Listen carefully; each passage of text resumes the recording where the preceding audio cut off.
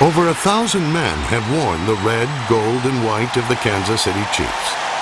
12 have reached Pro Football Summit, the Hall of Fame. Owner Lamar Hunt and head coach Hank Stram are joined by the first Chiefs player so honored, Bobby Bell. Bell, named to the AFL's all-time team, is considered by some to be the best outside linebacker ever to play the game.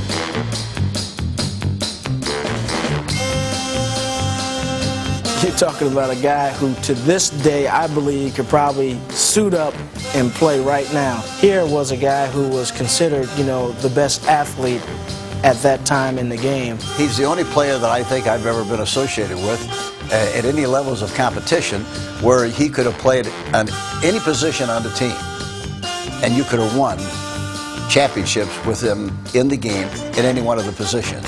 That includes special teams, where Bell scored one of his 9 touchdowns on returns. Bobby Bell was always a great attitude. Guys used to get ticked off at him because you'd be going down for the second practice in training camp. It's about 98 degrees. The humidity's about the same. You don't want to be out there because it's a killer. And here he is, happy-go-lucky. Guys say, "Shut up, Bobby. Don't make so much noise." But the thing is, on the practice field, he was having fun out there, and he made it a lot more fun for the rest of us. Facing the Chiefs' defense was never any fun for opponents. Lurking in the middle was middle linebacker Willie Lanier, a member of the NFL's 75th anniversary team.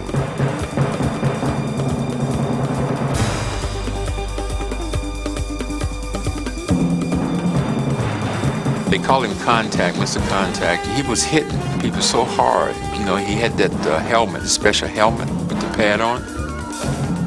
He kept knocking himself out,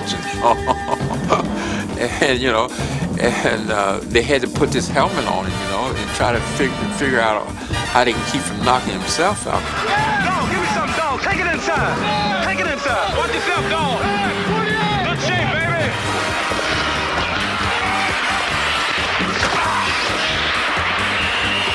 You didn't get that. You look at baseball, you say, where do we need to be strong? Up the middle. You look at football, where do we need to be strong? Up the middle. Willie Lanier, with the strength up the middle of that defense, would hit you, knock your socks off, so the second time you came through that hole, you weren't thinking about running through the hole, you were thinking about where Willie Lanier was lined up. I'd never personally seen anybody hit as hard as he did, and play, quite frankly, as well as he did for a rookie. And it was a sight to behold. The fact that we had guys that came from the black schools, these guys could really play. And I think the Kansas City Chiefs were red and white. That was our colors, period. Lanier was joined in the Hall by former Grambling defensive tackle Buck Buchanan, drafted with a pick acquired from the Raiders, who then selected Gene Upshaw with the express purpose of blocking Buchanan. Out of every player I ever played against, he was the most feared because he brought everything to the table. He was 6'8", he was 300 pounds, he was quick, he was strong, he was fast, he was dominating. And if you were not prepared to deal with that, it would be a long, long Sunday afternoon. The first game I played in for the Raiders was against Buck Buchanan. He killed me. I don't know how I ever survived it. He just ate me up. And I never will forget coming out of that game and saying, my job for the rest of my career is to block this guy. It was a job few offensive linemen could handle. Buck Buchanan was truly loved by his teammates. The entire Chiefs family was thrilled by his election to the Hall of Fame, but saddened by the fact that Buck was ill and would outlive his enshrinement by less than 2 years. I remember he could hardly hold his head up. I hold his head to the side. He was like on the side of the bed. And that was, that was very, very, very moving. But he told me to keep doing what I was doing, keep being a man, keep doing what I was doing for the community. And so that's the way he was. To the young people of all walks of life, may I say, never give up your hopes and dreams of success. Thank you very much, and may God bless you. Buck Buchanan is one of my personal heroes in my life. God rest his soul. What a wonderful human being. And I've always said that we we had some characters on our football team, but we had a great amount of players with great character.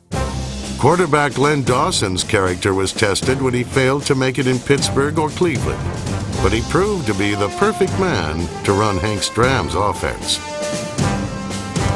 Hank Stram was utilizing the running game. He was utilizing the things that I did best. My ball handling was very good. With play-action passes really helped because of my ability to handle the football. I could throw on the move, both left and right. And so Hank started featuring that phase of the game.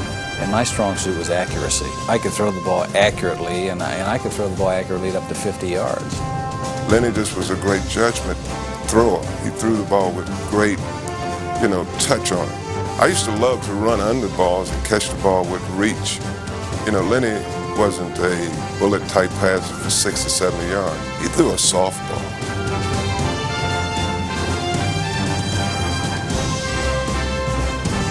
The Chiefs are full of Hall of Famers especially from like the 60s. Guys that I would love to get a chance to play with. Len Dawson. I'm a tight end and he's a quarterback, and I think we could have hooked up a couple times if I would have had a chance to play with him. Lenny was a very unusual talent, a natural leader, a very, very deceptive leader in that he was quiet but very demanding. When he spoke, they listened because he was always under control. I said to him one day, I said, Leonard, make sure that you never let them see you sweat. And he said, Coach, quarterbacks don't sweat. Quarterbacks perspire. Jan Stenerud probably didn't sweat or perspire. He was cool under pressure and automatic from almost anywhere on the field. And it is good! Fifth field goal of the evening for Jan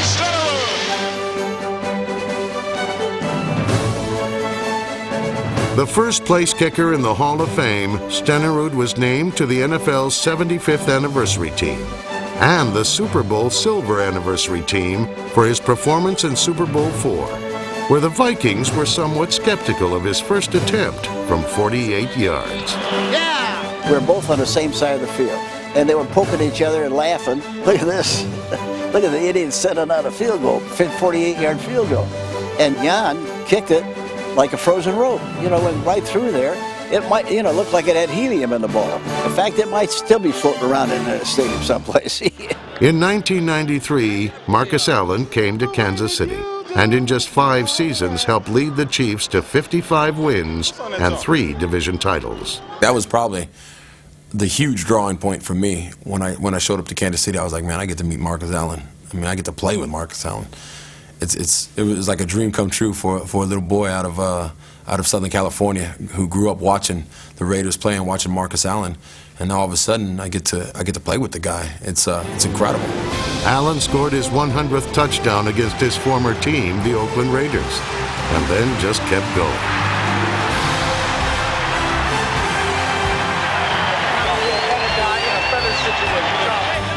Marcus Allen explained it to me one time when I asked the question about, well, how do you avoid these people? And he said, Coach, the guy right in front of me, I don't even look at him. I've already avoided him. It's the guy who's behind him that I'm looking to see where I'm going to go. And it's a unique instinct that very few people have.